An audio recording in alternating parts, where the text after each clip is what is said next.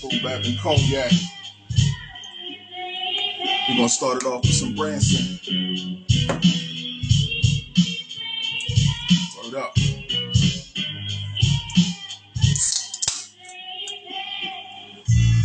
I haven't had to sell my pussy since I was 15 and found out I could sell other bitches instead. You just saw $238,000 shake its ass in front of your face.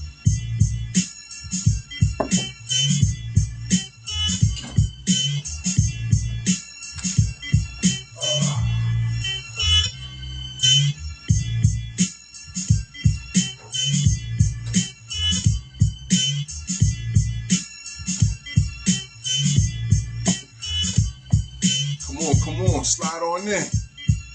Beats BoomBap and Cognac.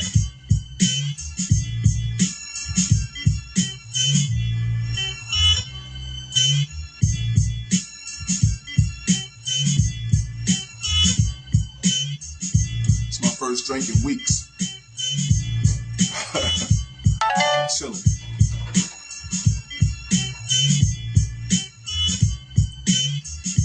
Come on, y'all, it's 2 o'clock. Beats BoomBap and Cognac. Who's the GOAT? My man. Yo, requested, yeah. Join the thing. Yeah, hit the request joint so we can get you in here, bro. It's going down.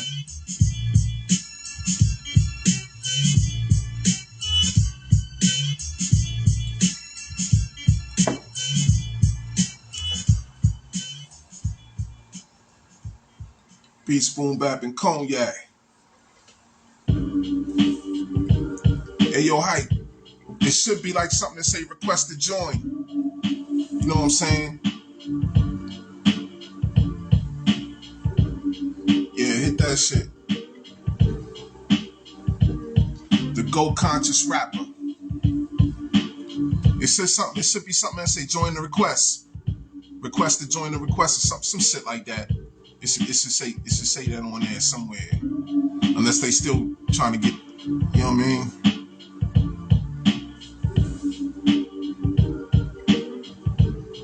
Should be on there.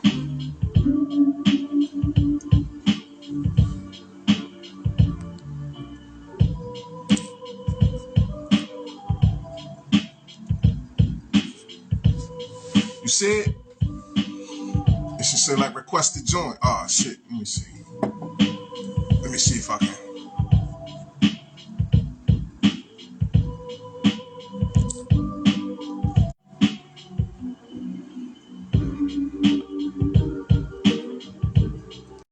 I just sent you an invite, so you should get that. My man told me. I told my man earlier I ain't know how to do that shit. But I just saw it. It's the thing where I just sent you the invite, so when you see it, hit that shit.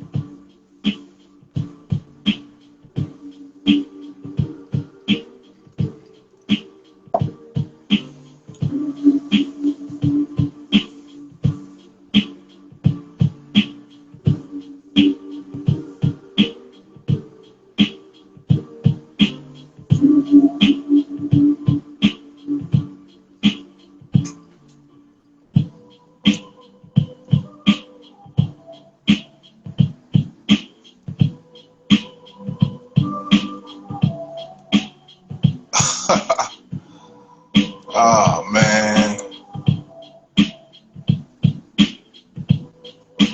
Yeah, they bugging. They bugging. They say you need the latest version of Instagram. Yeah, I don't know what that's about. But anyway, bro, the GOAT conscious rapper. Who you got? You know what I'm saying? And I want to stress to everybody, it's not a debate. We're not on here to argue with you. If that's your favorite, that's your favorite. All I want to know is you know what I mean, who's your favorite? What brings you to that conclusion? You know what I'm saying? And we go from there. Dig? You got yours, I got mine. Everybody got their favorite conscious rapper. I just thought that would be a dope topic. Like, you know what I mean? We all always talking about the GOAT rappers and all that, but it's, you know, it's a million of them. But it ain't a million conscious rappers. You feel me?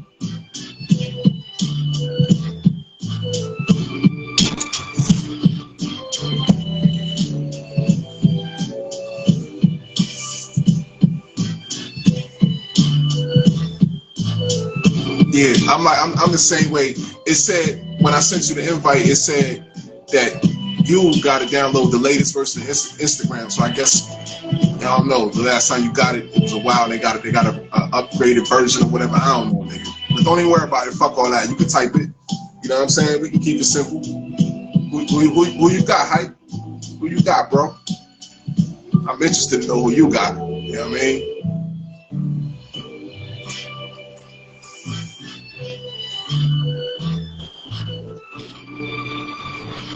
Real hip hop, no gimmicks. Beats, BoomBap, and Cognac. We got my man Hype, the Professional. He in the building representing Staten Island, everybody. Word up, real hip hop, no gimmicks. Pleasure, brother.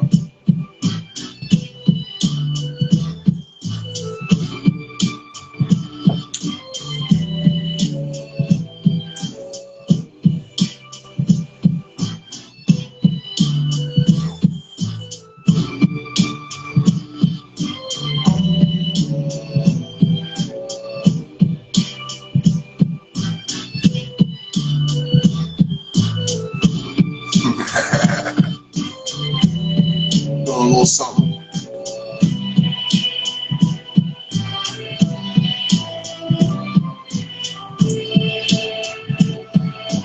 Quali, huh? Wow. Quali. That's what's up.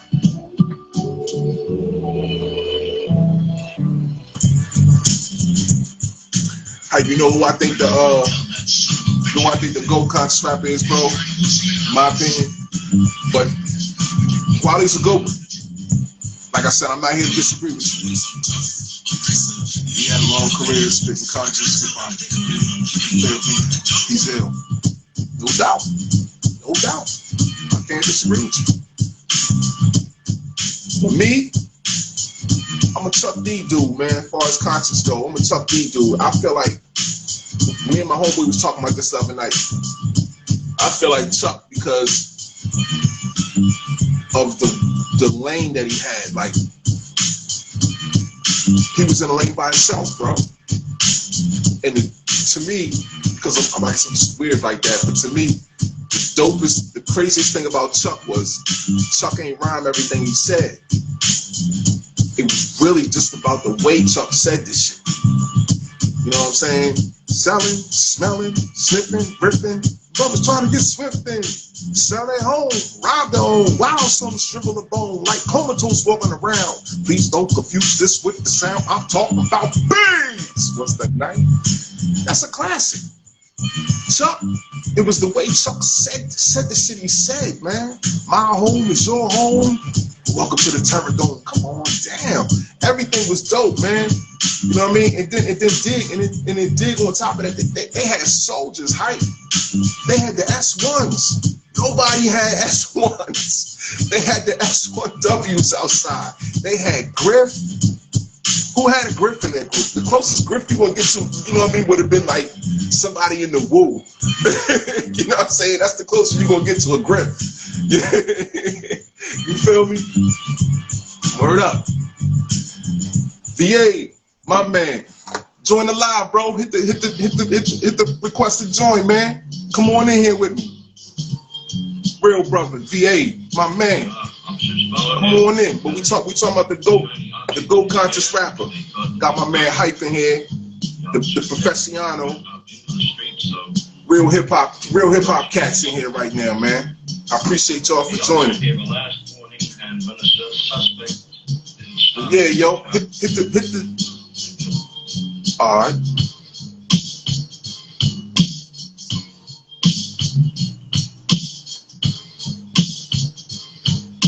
I got you. What's good, my guy? Peace, Lord. Peace. What's up, family? Ain't nothing, man. I appreciate you showing up, bro. Man, come on, man. I'm here for you, always. My man, real hip-hop, no gimmicks. Know what I'm saying? Yeah, man.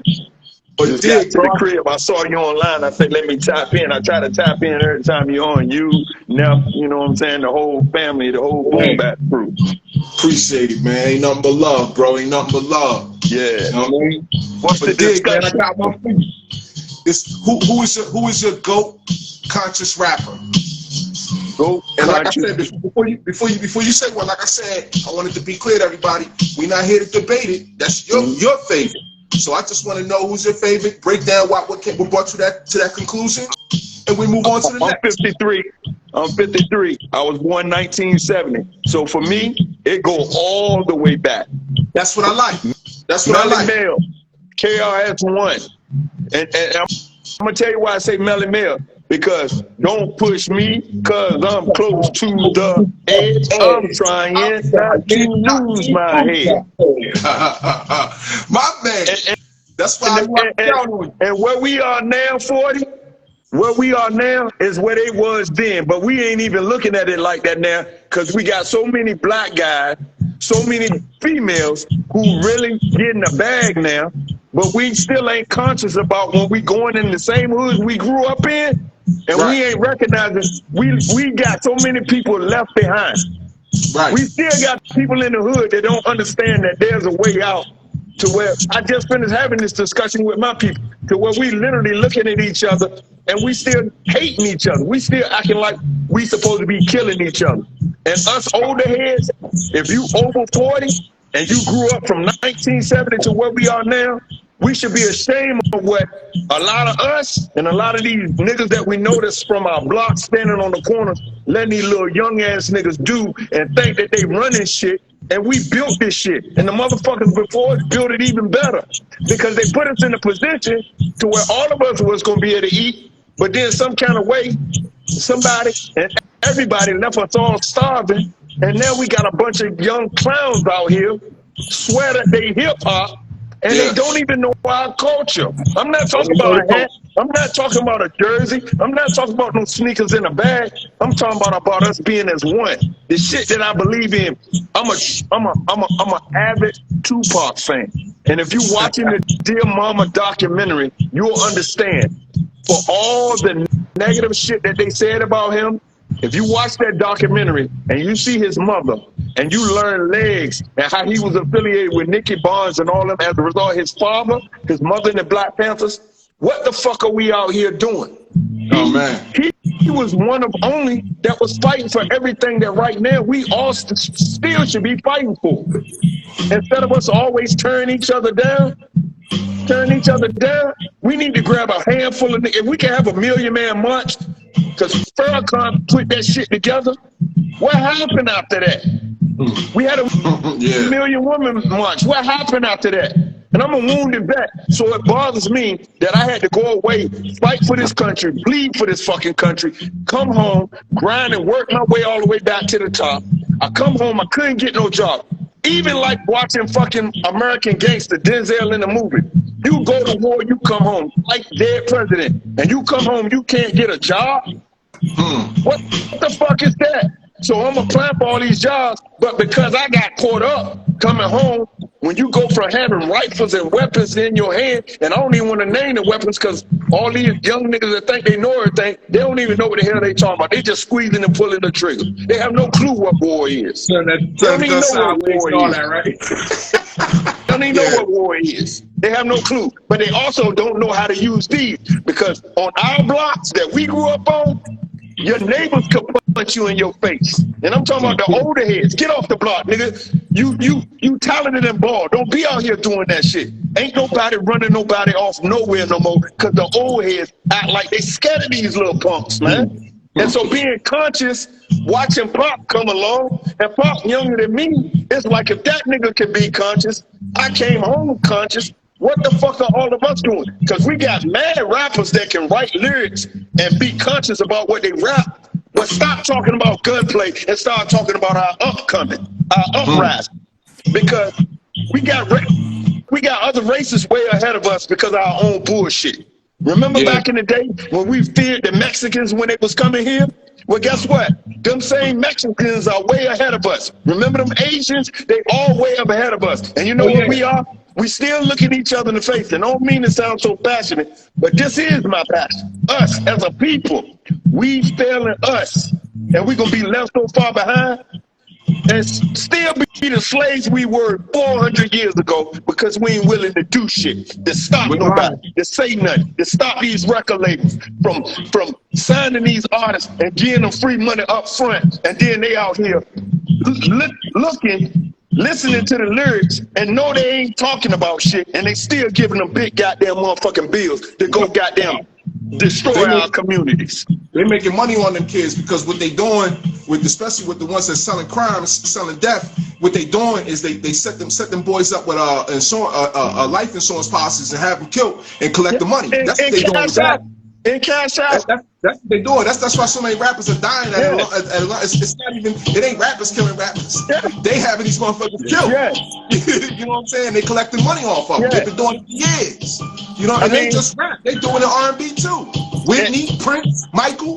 Oh my God, man! It's down the line, man. And I encourage anybody who haven't seen it yet or even watched one episode, watch the Dear Mama documentary, man. Because I read all the Phoenix shit.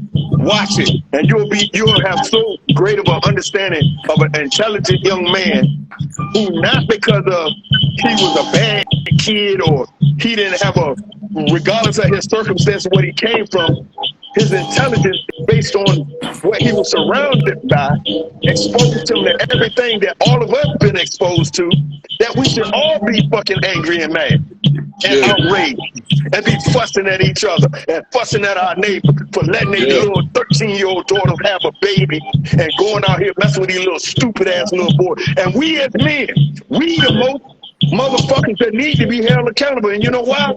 Because if we got sons and we telling our sons to do certain things and we being deadbeats to our own fucking kid, we fucking wrong, man. Oh, man. Fucking wrong. If I paid $100, I'm not with the mother of my first, one of my two kids. I paid her $118,000, but that don't make her right or me wrong. That makes me responsible as the man to show that little girl that her daddy, regardless of the situation, whether stayed together or separated, let her know that responsibility is the most important thing you should be looking for in a man. And we way away from that shit. And we all should be mad.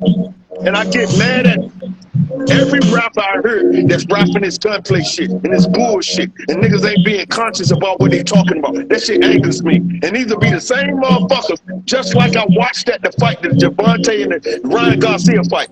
To see someone like Bernard Hopkins, who paved the way for your ass, and you standing on stage disrespecting him, and I'm in Baltimore, I'll whip his little ass, and I used to box. I'll whoop his ass. And so anybody who know him, get in contact with him. I'm in Baltimore. I go right to motherfucking up this gym and he can meet me there. And we'll see the difference between a man and a boy.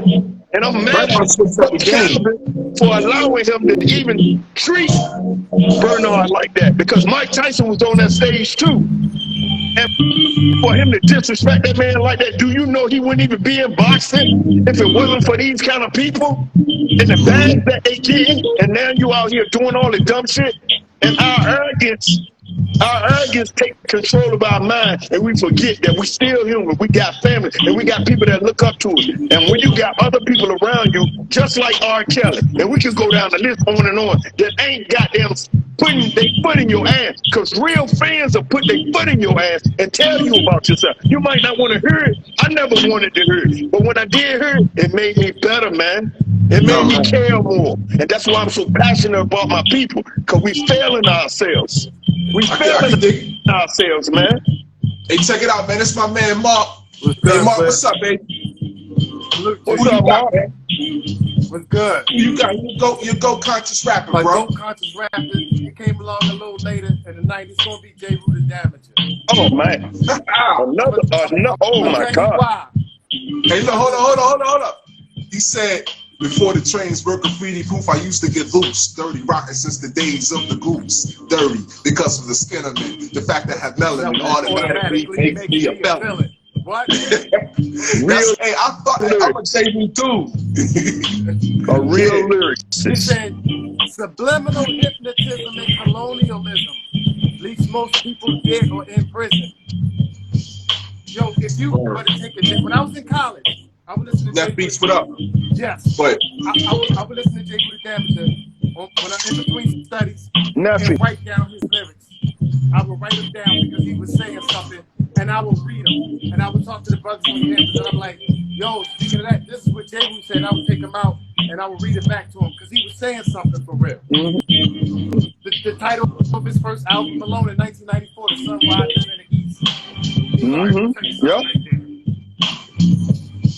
Yep. East won't have to get so rougher, baby bumper with Papa Buddha. You know what I'm saying? I rock with J. Rue, man. Yep. J. Rue's the truth. The truth. He talked just like I talked to J. Rue 2 times. Once in person and another time on the phone for an interview. And J. Rue talked the way he rapped. So I was on the phone. He was like, I'm trying to work on the left side of my brain right now. I'm trying to work on the mathematics side. It's like I'm assembling furniture, working with my hands, like the original architects that built the land. He talked like he rapped. Like, it was just everyday J. Rue. He didn't hit the things, he was just smart. And then he was down with gangsta. Like, that's just, as far as conscious rapping, you know, no disrespect to anybody like Blastmaster or anybody like that. Yeah. And I connected with Melly Mel as well too, but J. Rue, you know what I mean? He came along at a time when I was just curious and I was hungry for knowledge, man. Exactly. He was reading it to us. The song The Prophet. Day one, what up? Yeah. But fellas, look at where we are, man. Y'all see it. We all about the same. Look at where we are. I went to college. I came home from the. We see where we are. It's a million rappers out here. No different than it's a million of us who want to be producers. But do you really want to produce for a motherfucker that's killing our race? Think about that. Let that sit in your head for a second. I don't give a fuck how hot my beat is. I don't want no nigga over top of anything that I ever, from listening to y'all, learning from y'all, that I can create. And I got some nigga sitting over here, and all he writing about is a gun and killing somebody. And I'm supposed to sit well with that, and I got a family, a wife and kids, cousins, uncles, and Lord and behold, all of us related because we all come from the same motherfucker, black or white. And I'm supposed to let that shit fly without checking that young boy and making him write that shit on a conscious level. I appreciate you, brother. The fact that it mean that much to you, you know what I mean? Like, I take my hat off to you, cause you know what I mean? I know you love hip hop, like I love hip hop. You know what I'm saying? That's it. It ain't about the bag. It ain't always about the bag. If you can get the bag, you're gonna get the bag regardless. But what are you gonna give them in order to make the next generation better? If we just keep saying, okay, yeah, that's a hot beat, go ahead and give me some bars over top of it, and you ain't really listening to what the fuck they saying. They can't even flow. And then half of them niggas can't even rap. I saw some shit. I saw some shit with design. I saw some shit, if y'all saw it, with Funk Master Flex with design on there doing a freestyle. The nigga couldn't even get out 16 bars, man. Man, what the fuck going on, man? Like, really, man. This shit is getting cornier and cornier. And I ain't talking about the art. I ain't talking about the art. I'm talking about the people in the art. And so I don't want to be the one who learning from all of y'all. You never, day one, all of y'all that's showing me that, damn, I removed myself from this shit. When I went in the military, I came home, you try to get your job, you get your family on your feet, you try to excel this, that, and the other. But this shit always been a part of me because I started out a B-boy way back in the 80s. And I take this shit serious in terms of like, if I'm gonna learn something, I'm gonna give it my all. You might not see it on camera, like where we are in technology today, but behind the scenes, nigga, I'm so passionate about this shit. I'm up 12, 8 hours, 10 hours a night. Some nights I don't even go to sleep. And I'm not getting paid to do that. I'm doing it out of the love. And so when a nigga sitting there and he just think he can write some bullshit just cause, what are you writing? Ain't no love in killing nobody. I've been in war. I done did what they talking about. I done already did over there on that man's battlefield. So that shit don't come home with me. I tried not to let it come home. But if you ever cross my path, I gotta be that person. Just to show you that you fucked up, not me. You can't say just because I got PTSD, that's why I did it. No, I did it because what you talking about shouldn't even be a conversation, because over there, they don't play with their people like we play with our people over here. You understand what I'm saying? No. And if you never been abroad, you won't understand the word that I'm talking about. It's way over your head right now. Because to see a little 12-year-old kid walk up to you with a veil on, strapped with bombs around their motherfucking, and you sitting there thinking like he a kid and I can woo-woo-wah and kick it with him, and then the next thing you know, he's trying to take your head off. That's the same shit going on here. Crazy. We gotta do better, man. Let me tell you who I fuck with, man, on the conscious rap. I think my personal go conscious rap is Chuck D. Oh my, okay. I mean, I should have put him in there too. I say that because if you go back to early Chuck D and middle Chuck D, where I consider middle Chuck D being like 89, 90. You know what I'm saying? Because what they went all the way back to what, 87? 86, 87? Yeah. When he had you see these car keys, you can't get these. They belong to the 9-8 posses. That was like 86, 77, something like that. Yeah. Because I think Don't Believe the Hype came out in 88. Yeah. Right. And then they did the Self-Destruction album with all of them on it. Yeah. Right. Yeah. So I think that because if you think about it, bro, Chuck wasn't hardly even rhyming the shit that he was saying. It was the way he was saying it. Mm-hmm. You know what I'm saying? It's like he said all the hardest shit because of his voice. Much like your boy Tupac. And he had a voice, he had a commanding voice that you had to listen to. Mm-hmm. Yes. You know what I'm saying? It wasn't so much the bars, it was his voice. You know what I'm saying? He had one of those things. You gotta listen to what he's saying because he's saying with such conviction. You know what I'm saying? And Chuck, for me, Chuck was he wasn't a lyrical spiritual dude. He didn't have all the bars and everything, but he was talking that shit. You know what I'm saying? And on top of all that, outside of all the other rap groups, these niggas, they had the S1Ws. They had soldiers. Didn't they? Marching. Who did that? Who did drill ceremony in their goddamn rap video? You know what I mean? In uniform. In uniform. See what I'm saying? Like, you said you're military, I'm military too, so I'm like, yo, they doing drill ceremony. Yeah, in uniform. They doing about faces, left, right. I was like, yo. And this was when we was teenagers. But you feel what I'm saying? Yes. Remember what they doing? The one thing that we're lacking nowadays with the S1W Public Enemy were doing, they were showing organization. That's it. That's it. Organization. Getting on the same accord, my brother. That's it.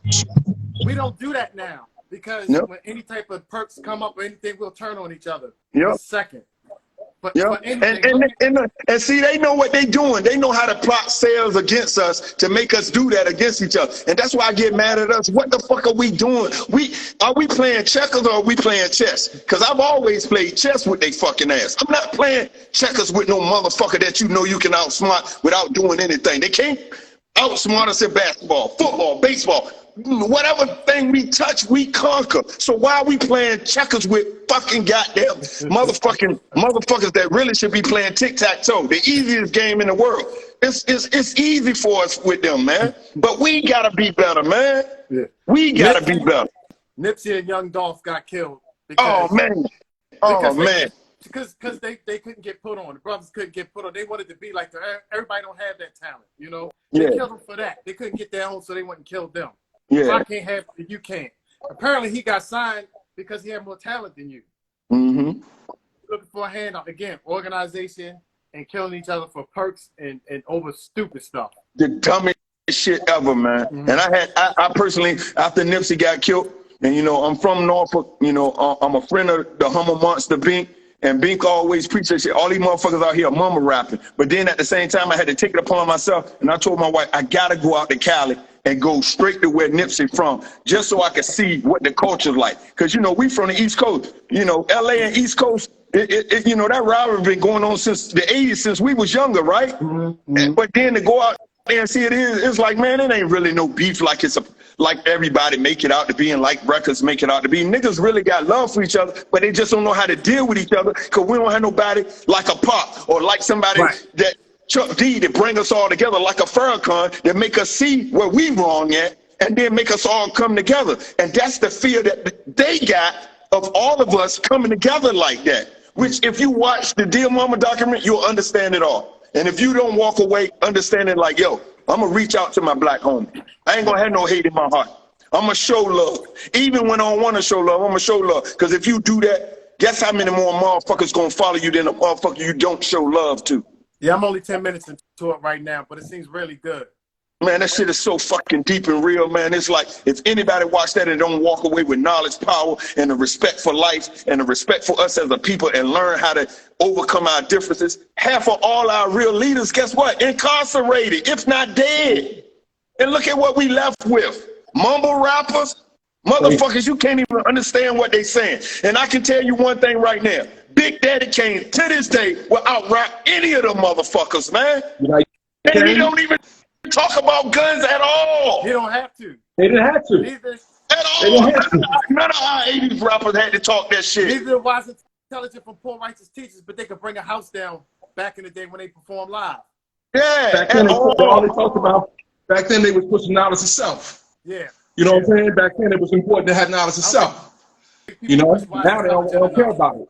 This shit is crazy, man. Nobody going around on the streets like they did when we was coming up in Gen X teaching knowledge of self. You see what I'm saying? And if you want to find it in music, you got to look for it. Yep. Yeah. Things going to pop up on the radio, on the music videos like it did when we was coming up. Everywhere we turn with some old head telling you black man is God. Even, you know what I'm saying? Even y'all remember the King's Son? Hell yeah. Oh, man. Oh, hell yeah. Of course. Message like of course you couldn't get away from conscious messages back then. Nah. All of them, man, the X-Clan, all of them was, you know, we all witnessed and was a part of watching the growth of what we call hip-hop. And then, like back then, just think about it now where we at. The LL Cool J's and all the rappers that we know now, the ones that didn't sell their souls, they was held against what these fuckers are talking about now. And now, in terms of these young rappers, and now a lot of them done conform to the shit and like, yo, you a feature on my album. But you ain't talking about shit. I'm gonna put you on my album, but you ain't talking about shit. Shit is corny out here, man. And so if you in this shit, whether you're a producer or a rapper, for some kind of notoriety or fame, you're in the wrong profession, at least the way I feel about it. And I'm passionate about our people. Because my blood on that fucking foreign-ass soil for us. And so I'm going to say what the fuck I want, whether it's a white man, black man, whatever. Because if you ain't been there, did that, done that, don't talk to me. Because they look just like me, right? But they was willing to kill me. You understand what I'm saying? You been there, 40. They was willing to kill me, and I look just like them. But you know why? Because my values didn't add up to what their values were over there. Here's another problem. Here's another issue. When P&B Rock got killed, right? Everybody said, oh, he shouldn't have been in that part of town. You still a brother. Why you can't go eat chicken and waffles with your family? You got killed because you were enjoying, you're a rapper. I don't care if you're in gang territory. If another brother come from another part of town, you should actually welcome him. Man.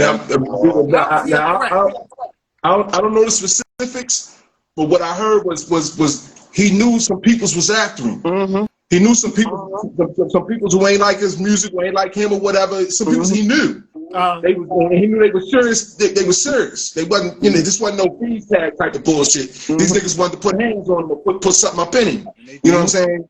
And like if you like, you know, like I know, we don't have to be big time rappers to know this. If you know you got some cats that's looking for you and they ain't coming to punch on you, you know what I'm saying? You got to move a little smarter than that. Yeah. This nigga, he wasn't in a safe. He wasn't in a safe environment in the first place. He was in the hood. In the hood. And you from Philly and you in Philly in LA. I'm not saying he should have got that. I'm just saying, bro, you got to move smarter than that. You Philly and you from LA and you moving like you been in LA your whole life. You can't move like that. I don't even move like that, and I've been away from my city north for forever. I'm not gonna go home and move and go to certain areas where I know Nas predominantly dominated by these little young ass niggas that didn't see me grow up, don't know my history and my past, this, that. I'm gonna be around the old heads that know. It's like, yo, don't fuck with him. He one of us, homeboy. They said that's what happened to the Pop Smoke dude. He was way out there in LA, and they kill you out there in LA. You know what I'm saying? If you ain't from there, they are line you up. You know what I mean? You know. So and then you got music that happening. You see what I'm saying? Yeah. Whatever genre of music do that. How many rock or country artists get killed for being in the wrong part of Tennessee? Right, man. And that whole check-in bullshit. What is that about? You gotta check in. Yeah, before you come to a city, like, nigga, we don't own shit. Who you supposed to check in with? You gotta go to Trick before you go to Detroit. If you're a rapper, you gotta check in. You gotta Where do you do that? Yeah. You gotta go to their house. You gotta check in. Number you call. You gotta know somebody that knows somebody. Yeah, you gotta check in. I've been hearing this shit a lot. You gotta check in. What the fuck I need to check in if I come to your city for? I'm a man just like you, man. What the fuck I need to check in for? Just like Charleston White said, Golf Brooks ain't gotta check in. Why the hell I gotta check in? You know what I mean? I fuck with Charleston White. Don't own the block. Don't own the dope on the block. You saying that real shit. I mean, you don't own the block. You don't own the dope on the block. You don't own the block, and you don't own shit in America. It's all they shit. And until we understand, I don't care if you looking at a Puffy or you looking at a Dr. Dre and all the motherfuckers who already made millions, and they just finished talking about this shit. For all the millionaires and billionaires that we got that look like us, the Oprah Winfrey's, the Michael Jordan, how much money of that money? And yeah, they earned it from their hard work, but our ancestors worked their ass off on fucking plantations and didn't have a dime to show for it. But guess what? Every African American on that plantation benefited from each other's hard work, and then none of us benefiting from none. Right. I don't care about getting a bag. I'm talking about all of us being safe and able to raise our families to have generational wealth. We don't have shit, man. And we can't take none of this shit with us. We all gonna be in the same shit in a box. Yeah. In a motherfucking box. That's it. If you don't get cremated, you're gonna be in a box. So we living like them. We living like them. Like we already got it all. We already know it all, and we don't know shit. We don't even know about our own fucking ancestors, and ain't nobody even taking the time to understand, man. We come from kings and queens. Speaking of which, gotta dig all that shit up.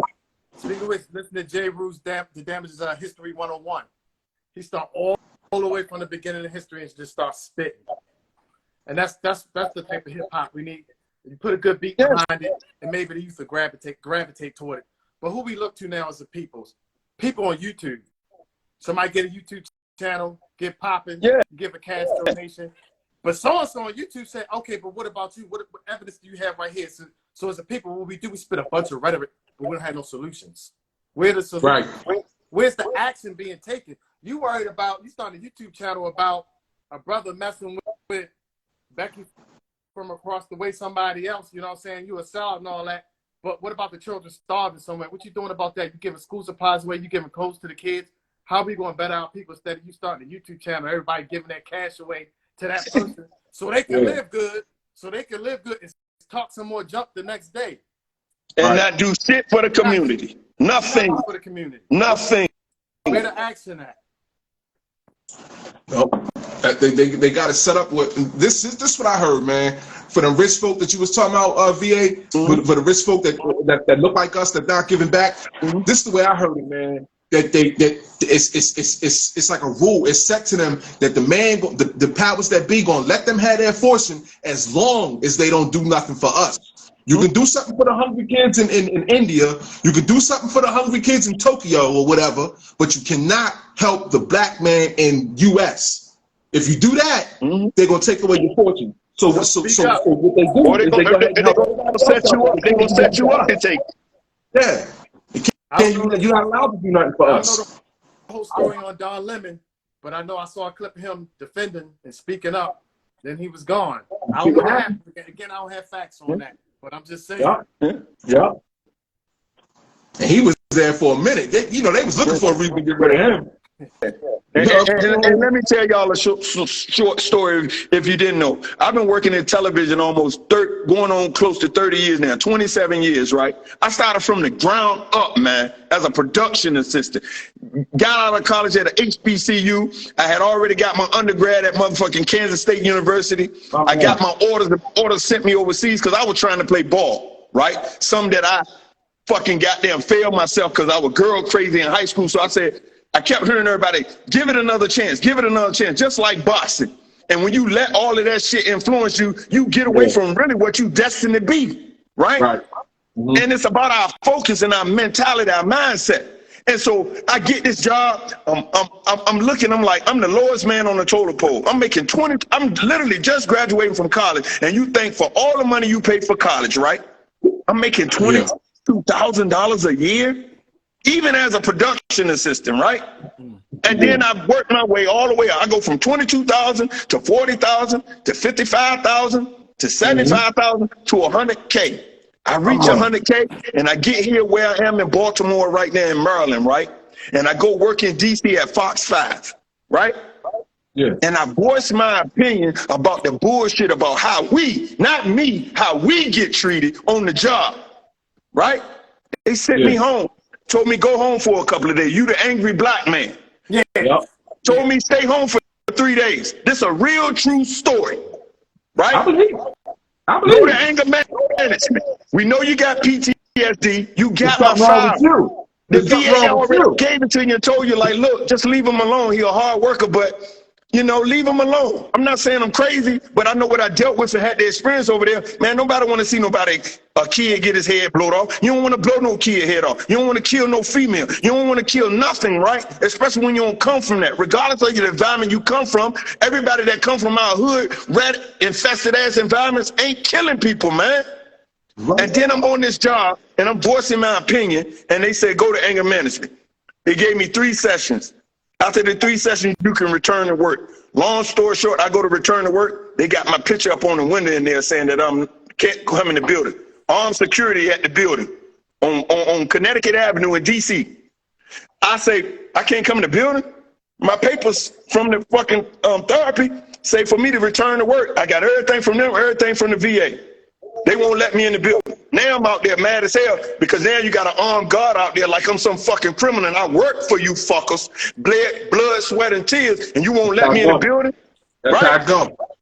I go to court. I'm making 100K then, right? Yeah. I go to court, federal court, and I represented my motherfucking self, dog. And I beat their motherfucking ass, and they had to pay me an undisclosed amount of money. That's why I'm in the house I'm in as a result of that shit. Oh, man. But what kind of shit are we doing? But guess what? I had to withdraw my whole 401k, and I just mentioned earlier, I've been doing this television shit, video editing, shooting videos, live shots. You probably seen half of the shit I did, all over networks, all over. You can Google it. Type my name in, it'll pop up. And then guess what? I'm sitting there saying in federal court, they asking me in order for me to get this money, I gotta shake this motherfucking hand. I refuse to shake their fucking hand. You know why? Because you tried to fucking end my life. Whether I was gonna die or not, you were gonna end my life because I got a wife, family, and kids. So imagine living with that on top of PTSD, on top of going to war, killing motherfuckers. Because I came out of 13th Delta unit, a special force unit, putting niggas down and putting them away. While they talking shit, I'm doing shit. And then I can't even get my livelihood back. So they put a gag on listen now, they put a gag order on me for 2 years. So I couldn't work for no network, no television station, local or fucking national, for 2 years. So I sat on my ass for 2 years drawing unemployment at $430 a week. What would you do? I ask any man on this earth, what would you do? So now I'm out here slinging and dinging again, trying to keep everything going. Because you only a product of your environment, but you know how to survive too, right? Yeah. And so I ask myself, and I'm guilty of this, and my conscience weighs on me every day. Was I wrong for trying to get myself back on my feet? But how many people before and after me gonna do the same thing? Whereas with them, they Donald Trumps, they DeSantos and all them, they get a free pass. They get to do whatever the fuck they want. So why can't we still live the life we want to live? I feel you. And so I'll never conform to their shit again. Nobody's bullshit again. If you ain't got bullet holes in you and you ain't been stitched the fuck all the way up and you ain't watch and help your motherfuckers get out of danger when bombs and 203s going off and grenade launchers going off and Claymores niggas stepping and losing their arms and legs, don't talk to me. You rapping about shit you don't know nothing about. You rapping about that little nigga you close your eyes and turn your head sideways and shot at and kill and act like you a thug. You nothing, nigga. You a nothing, nigga. Nas got a song called Accident Murderer. Yeah. He got a song called Accident Murderer just for that. Just for that. Yeah, you a nothing nigga to me. And then end up, as a result of having to do all that, became a 2-time felon. Because once you get one, it's so easy to get the next one. Because they put you on paper long enough to where they already know you're going to fuck up because you're already so deep in your struggle. I preach that song all the time, man. I preach that song all the time. So that's why I say never judge a book by its cover, because you can look at me and say, oh, that little red, light-skinned nigga, that little yellow-ass nigga 40, that little red nigga right there, that man shit. But in the meantime, you don't even realize that's a gorilla. You say some real good shit. When you're black, and to the judge, it don't matter whether you're light-skinned or black. When you catch that first felony, I caught my first felony, the man told me, he said, if I see you in my courtroom again for drugs, 10 years, no parole.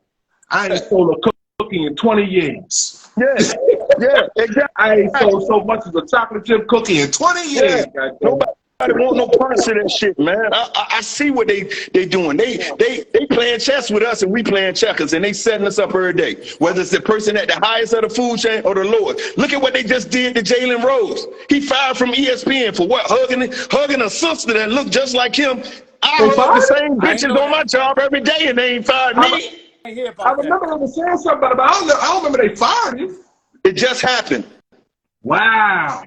Because she said, get your hands out of my armpit. He didn't even have his hands in her armpit. He had hair on his shoulder. Didn't they joke like that or something? Yep. Yeah, but he never put it, it was on TV. He put his hand on her shoulder. She said, get your hands out of my armpit, like he put his hand under her too. Wow, they fired him? Wow. Motherfuckers going crazy, man.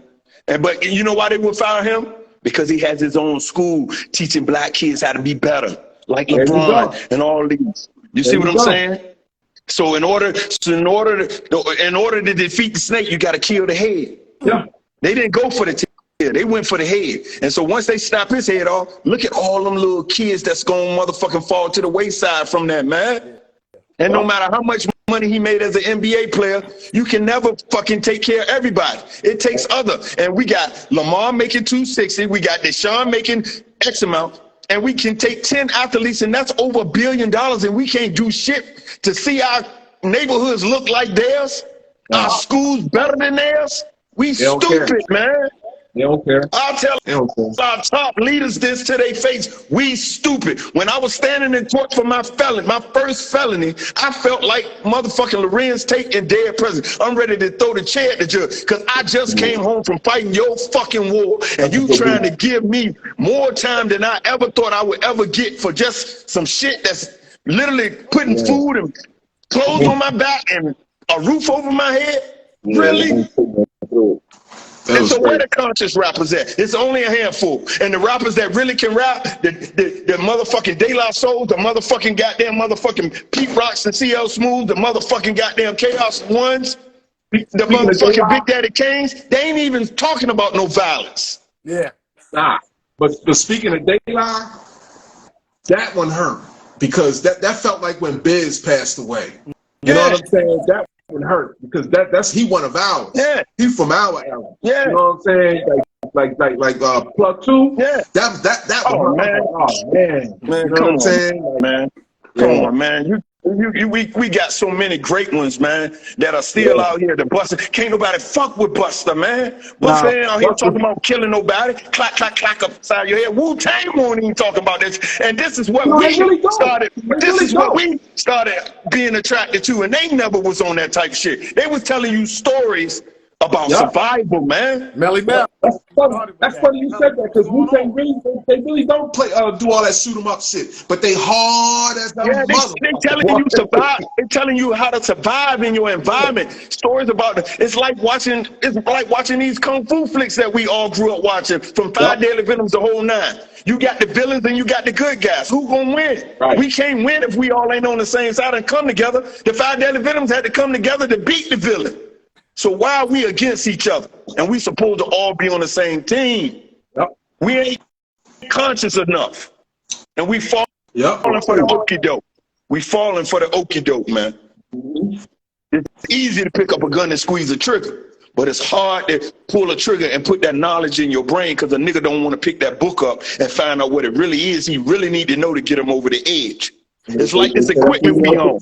This MPC, I've been off this shit for years and years. And so to jump back on it is almost like going to college all over again. But once you sit here for a little while and you determine and you focus to learn something, guess what? Oh shit. When I got my first fire emoji on this motherfucker from just some simple basic ass shit that I feel is basic compared to listening to y'all shit, that tell me everything I need to know. That's progress, man. Yeah. Especially when you've been that far removed, when motherfuckers on it every day, all day, every day. And so I said, and I think you probably heard me, I say, every day I'm going to put in at least 10 hours a day. 10 hours a day for 3 months. You can't tell me I done already got to where half of the motherfuckers done spent 5 years because they ain't on it all day, every day like that. They might spend 1 hour because earlier when they first started learning it, they got so comfortable with it that they felt like they know everything. But there's so many ins and outs to all this shit. And once you learn it all, guess what? You at the top of the food chain just like everybody else. And it's about paying your dues. I don't want to walk over you to get to the top. I want to walk with you to the top. And when we get that mentality, we'll be on some Malcolm X shit. Fuck Martin. I love Martin, but he was too peaceful for us.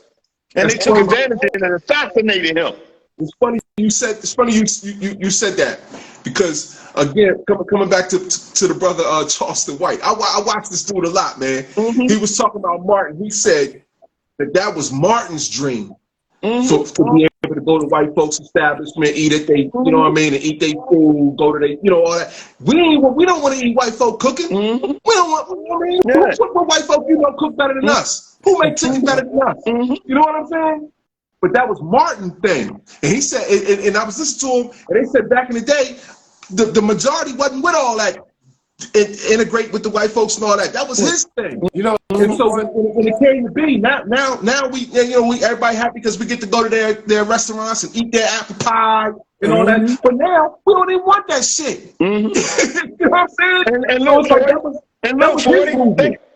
And look, 40, think about it like this. And look, what you just said is true.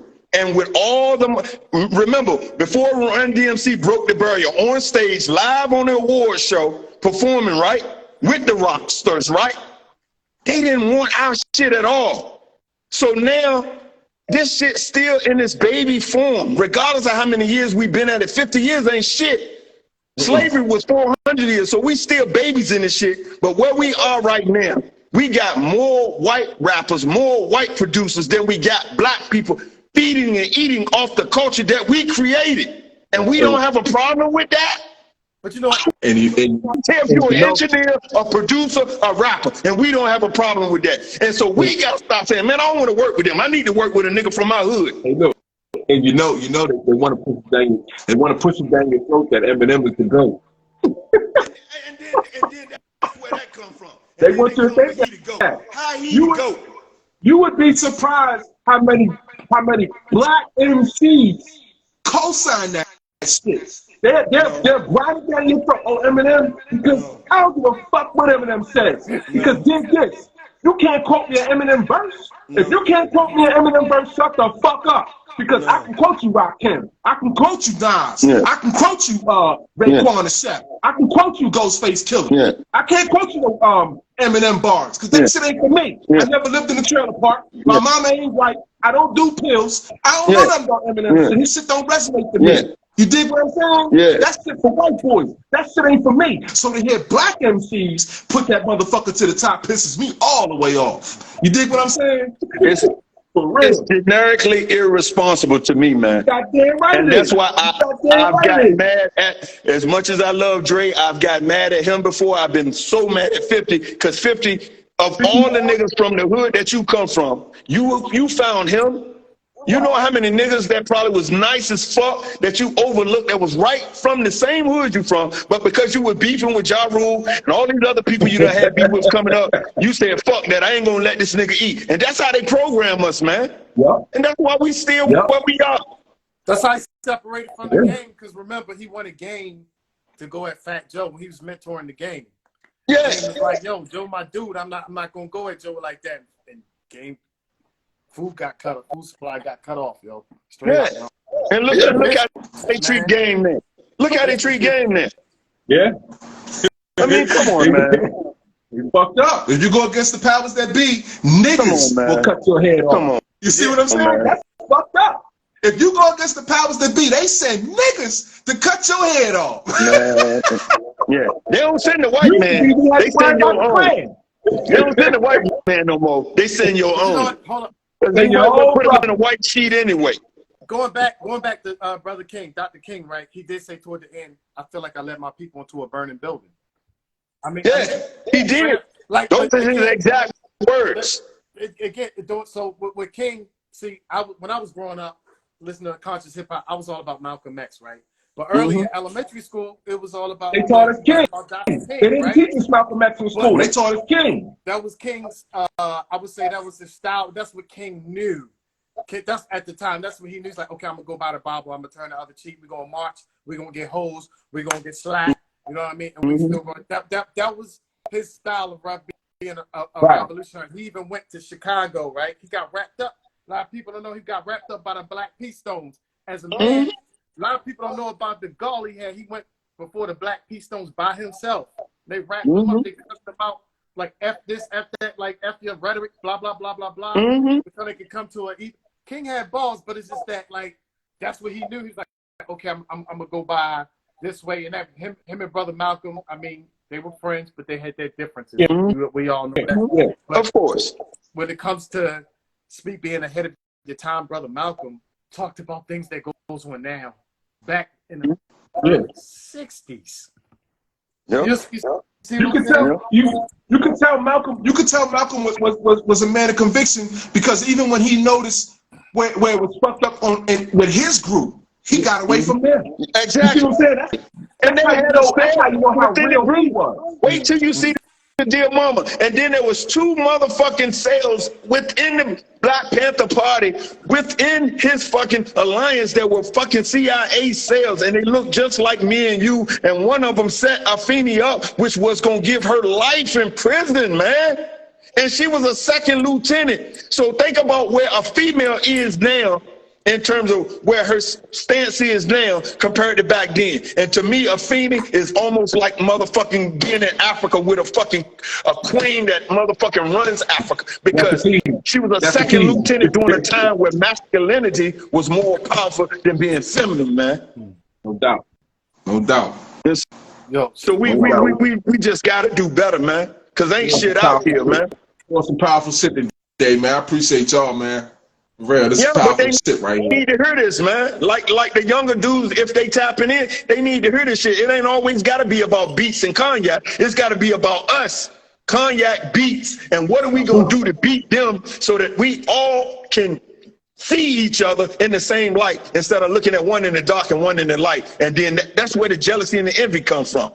If you valuing gold possessions and material things and jewelry and all this shit. That's why the hip hop we grew on, yeah, they started out in the beginning with all that shit. But guess what? The Melly Mel's and them nigga, they Jerry curls with just a jean jacket on, and you had to go to a mall or something, or go to a fucking fabric store and get the letters. Remember that shit? Yeah. That iron on your jacket and put your name on it. Yeah. Right? Yeah. And Yeah. put rhinestones on your head. Now, the rhinestones was like diamonds back then. Now niggas just gotta go spend $1 million to put one chain around his neck. But guess what? His mama's still living in the project. He got a Lexus and a Range Rover outside. We ass backwards, man. Yep. And so I don't value none of that shit. And I'm a humble man because I can have all that shit, but I choose not to. The only thing that is my therapy is music, because that's the only thing keeping me from being that violent ass animal that had me overseas, literally saying, what? I can literally take my weapons and kill a motherfucker and get away with it? Because that's what it was. You remember what they used to tell us? That music soothes the savage beast. Yeah. In my last evaluation, when I got the Presidio, my evaluation, like, you trying to sign me up for this shit again and again? And you started out with, well, we only want to offer you $15,000. And then you say, okay, because one of my homeboys, he was attached with me. They said, well, we're going to let y'all hang around and we're going to come back to you. And then they came back and you went from 15,000 and now you're trying to offer 75,000. What is it that you really want me to do for you, sir, Mr. Army? What is it that because there's nowhere in the world your first motherfucking goddamn bill of sale is 15,000, and then you come back later once you start going through my records and see my declaration, and now you saying 75. You want me to be a killer then? And I chose not to be. And the look on their faces in that bit, I swear to God, if I could take a picture right now, it's priceless. Salute. I'm out, motherfuckers. But now I gotta come home and figure all this shit out. Yeah. And it looks just like what I came from over there, but in a different way, if that makes sense. Yeah. I'm with you. You know what I'm saying? And can't nobody understand us. And then we got veterans laying around homeless. Are y'all fucking crazy out here, man? That's the one thing that angers me more than anything, because I could be one of them. If I decided right now to say fuck this shit and do what I know I'm really capable of, man, listen, I'll be just like any of them, because I'm talking to a lot of these veterans and why they got in this situation. A guy I just met a couple of days ago, he came all the way here from Ohio on a Greyhound bus, man, because he felt so ashamed that he couldn't provide for his family, that he walked away from his wife, kids, the whole nine. You know how hard that is to do, man, when you got a heart and you come from God? Yeah. I don't give a fuck what your personal feeling. You know how hard that shit is to do? Crazy, right? Then he around here just bumming and nickeling and diming it, and then you got all these white people walking by him every day, like Pac say, with a pocket full of money and won't do shit, won't say shit, won't even say, here's a dollar. Pull up at a light, a nigga can't even get a quarter, but then as soon as he drive through the light, he stop at the gas station and he spend about $40 in gas, buy $50 worth of blunt roll-ups, and goddamn motherfucking go to the weed house and buy another sack for about $200, $300, $400, $500. And we saying we can't help each other, but that white man, right, can approach you right off the top, right? Yeah. And you willing to fucking dig right in your wallet and get whatever you got because you think he gonna offer you something compared to your own people. That's a fucking shame to me, man. Yeah. And I'm sorry to be that conscious, but that's what it is, man. I gotta tell it like it is. You gotta apologize. The Vietnam vets that trained me, my first mission, I was 18 years old when I left this motherfucker. My first mission was Noriega, Panama, with a bunch of Vietnam vets. And what I learned from them and what I was told by them, I said I'm going to cherish for the rest of my life. Because not only did they teach me how to survive, my survival skills, they told me what to look out for. They told me what it was all about. And guess what? They didn't look like me and you. They were white men telling me what they was about. They people was about. So who am I going to believe? Us, who we constantly keep lying to each other and keep giving ourselves these delusion and illusion? Or this white man who say, look, play the game and you'll get to the top, but you got to do X, Y, Z. So now I got to be your killer in order to get to the top. And so that's some shit you walk away from, man. And I hold my head high every day from doing that. Because if not, I would be no different than them.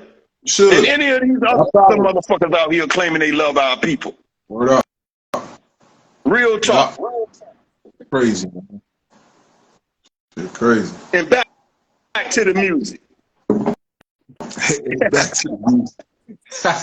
You know what I'm saying? Man. Hey, yo. Hey, what part of VA you in, brother? I'm from Norfolk. Oh, you from I'm Norfolk? from the same area being from, but I'm in Baltimore. I live in Baltimore. Oh, okay. Yeah. I'm from Baltimore. I've been here like about 25 years now. Oh, okay. Hey, what part of Baltimore you in?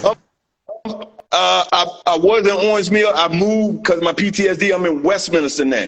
So when I first got to Baltimore, I was on the east side of Baltimore. Okay. You know East Baltimore. My man. Yeah, welcome to Baltimore, and baby. East Baltimore can't even go to west side of Baltimore. What kind of shit is that? Think about that, man.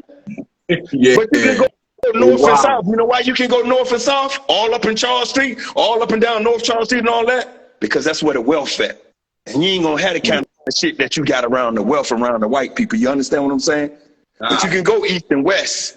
Yeah. You can't go north and south. It's like Chicago and everywhere else.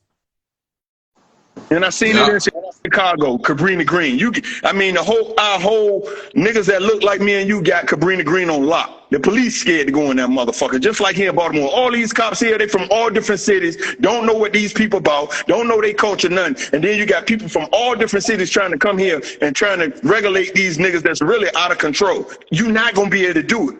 It's like me being a soldier in the military all over again. You ain't gonna be able to get everybody to conform. You're gonna have to kill some of these niggas to get everybody in line. But instead of killing them all, they lock them up. They say, fuck it, we'll just lock your ass up. And that'll solve the problem. And our parents, if you got young parents who raise your ass, y'all responsible for this shit because y'all allowing it. Ain't nobody willing to kick them in their head and grab their little son and say, the shit you doing, you need to be busting their head. Now there are rights. Remember when we were growing up, your grandma, the neighbor could pop your ass, and now they got laws. You can't even hit your child no more, man. What kind of shit is that? No, we don't spare the rod around here. Yeah. We don't spare the rod. I brought you in this world, I'll take you out of this world. That's how we grew up. And now you go to jail for that shit, dog. Yeah. I can tell you personally, you will go to jail for that shit. And then now you can't go to the school and see your child and their little performances, musical performance. And my kids are talented in music, and you can't even go to the school for that. And so that shit hurt. And all behind the way the system's set up. So what was y'all doing on the plantation to us when we won't conform? Chopping your feet off, raping your women. We got to do better. We got to do better. Yep, you're right, brother. And KR's one still to this day preaching all this. Still to this day. Blastmaster is just ill, man. Come on, man. I can listen to Blastmaster talk for hours. He don't even got to rap. Just talk for hours and break down the history of rap for me. You know what I'm saying? Like Blastmaster just an interesting dude. Yeah, like he like if he's talking, you're listening. You know what I'm saying? When he did Love's Gonna Get You, like that put a message in your head about the love for money and things. And I was like, I got beans, at a young age, rice, and bread on my shelf. You know what I'm saying? Yeah. That's what I remember that shit. We missing that, man. We missing that so much, man. I hope I live the day to see it come back. But we miss as a culture, as hip hop heads and fans that we are, we missing that so much in our culture, man. Because remember when we used to go to parties back in the day and everybody used to be happy, everybody be on the floor dancing? We making beats. We all trying to make beats and make music. You go to the clubs. I just came from my cousin. He been DJing since I was a kid. Because all my cousins been DJs and music, been in this music. That's how I got into it. And I'm literally standing at a party, right? He had a party last week. I went all the way back to Norfolk home for it. The place, the venue, nice as fuck, big as shit. Music on point, everything. You got 6 DJs on stage, and then you had former DJs from back in the day, old school DJs, fly from California, all over that my cousin knew and helped him get to where he at. And everybody's sitting around their little table eating and drinking, and ain't nobody on the dance floor, maybe about 1 or 2 people. I couldn't believe. So what the fuck are y'all get dressed? Because in my day, remember you used to go in a party, throw your coat on the floor, and you could get that bitch when you left the club, and it'd be right where you left it at.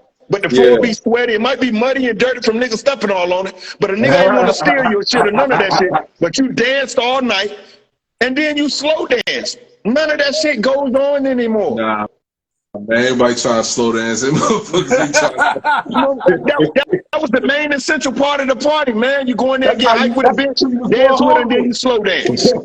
That's what you was going home with tonight. Yeah, she yours. None of that happens no more. Niggas just standing around gritting on each other. Oh, nigga, you got on Gucci, I got on Versace. Oh, nigga, you got on this, I got on that. Fuck all that shit, nigga. Too many men watching men.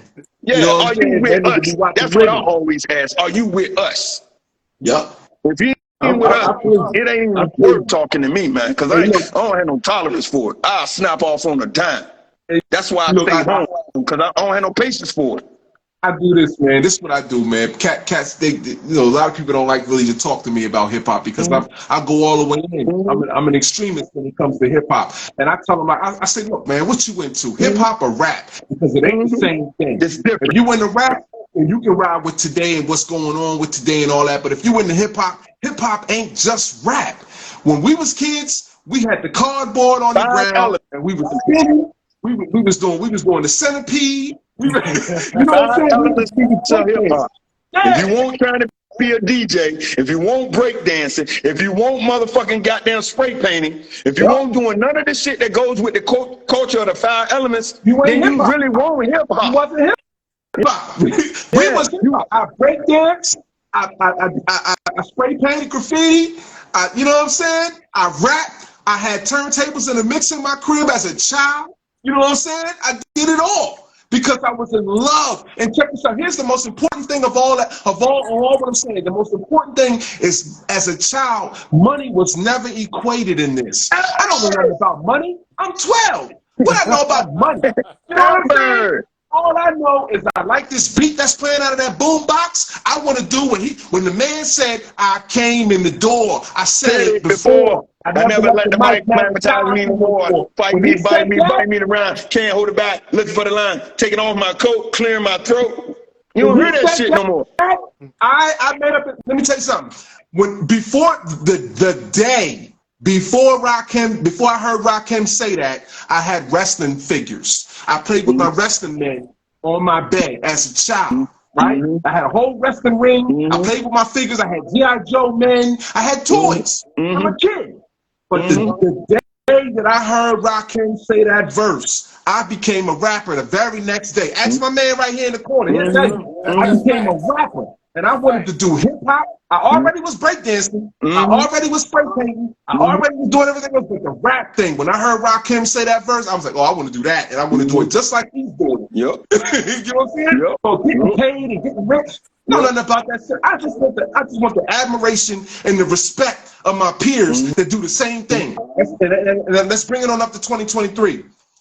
This beat group that we got right here, the Beats BoomBap and Cognac thing. It pleases me to my heart. We got 87 members. Now, when you think about Facebook, that's not a lot. But to me, that's a lot because I personally reached out to every 81.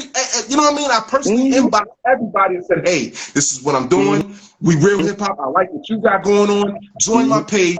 Let's get busy. You see what I'm saying? Ain't nobody said nothing to you about, hey, man, you might get paid. Hey, man, you might make $1 million. I just said, I love hip hop. You love hip hop. Let's do hip hop together. You know what I'm saying? Exactly. That's what it's about. Exactly. You know Cause look, both of y'all, we come from an era where guess what? Back then, when niggas had the love of hip hop like we got, you formed crews. That's where we had crews from, man. Niggas form crews. One nigga might be a b-boy, the other nigga might be a DJ, the other nigga might be a spitter, the other nigga might spray paint your jean jacket, the other nigga might just be a muscle in the group. It's just and it's different. Again, it's different, and that's how hip hop was organized, and we don't have none of that, man.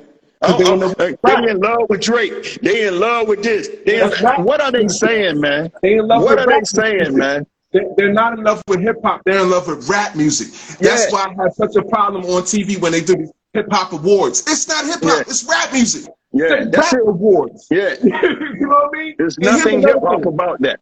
Let me get y'all's perspective on this Rock Hall of Fame thing. Why the fuck are we in rock? We're not doing rock. You know what I'm saying? I know, right? I don't want to be a part of rock and roll. That ain't my shit. You know what I'm saying? Give me a hip hop Hall of Fame. Why the and then they mad. They mad if they can't get inducted into the Rock Hall of Fame. I don't want to be in the Rock Hall of Fame, and they don't want us in the Rock Hall of Fame. Yep. They don't want you. No. You black. Yeah. Why not be in the Hip Hop Hall of Fame or the R&B Hall of Fame? Yep. What are we in a Rock Hall of Fame for? You know that's their way of trying to let us think that they co-sign us when really they don't. They putting us in their Hall of Fame. Because if we're in their Hall of Fame, guess what? They're making money off of that. Yep. Because you're going to go to that Rock Hall of Fame to see that, not that hip-hop artist, but that rap artist that you in love with. And so they make money off of that because they're going to have everything you need there, whether it's memorabilia or everything to sell to your ass to make billions. And then the culture ain't benefiting whatsoever. Yeah. That shit ain't about us. It ain't got nothing to do with us. You know what I'm saying? That's for them. And we beefing and calling it, what the way they want you to blackball, or not blackball, but when you sit out on something. What they call it? When you sit out on something, not blackball it, but boycott. Yeah. They want you to boycott. Oh man. I don't have to boycott the Rock Hall of Fame because I don't want to be in the shit anyway. I know. You know how many times they boycotted that shit, man, and still showed up to receive an award. I don't want to be in that shit. They boycotted that shit so many times over the year because they felt like the award they were supposed to get, they didn't get. And guess what? They still showed up and they still got that fucking award that they said they didn't want. If you didn't want it, then don't ask for it, don't accept it. I'm like this. Put me in the same room you're going to put Chris Parker in. Yeah. Put me in the room with him. Yeah. You know what I'm saying? I want to be where KRS at. Yeah. Shit. I don't want to be in the Rock Hall of Fame. Fuck that, man. That ain't my shit. Yeah. I don't even know no rock stars. Yeah. And to me, where we are now, KRS-One is still the truest one to our culture.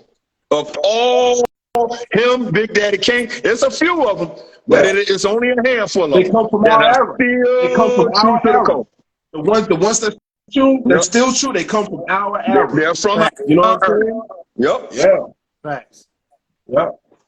And another point that I was talking about, I was talking to one of the brothers a couple weeks ago, and I was saying that I feel like, this is just my personal opinion, I feel like the 80s hip hop set the 90s up perfectly. It did. I feel like Kane, Rakim, KRS, they set Wu-Tang and Redman Nas and all those guys up perfectly. Perfectly. But the 90s ain't do shit for the 2000s. Nothing. The 2000s, to me, the late 90s into the 2000s was the beginning of the destruction of hip hop. The fall. That's facts. That's my record crate facts. Like 99, 98.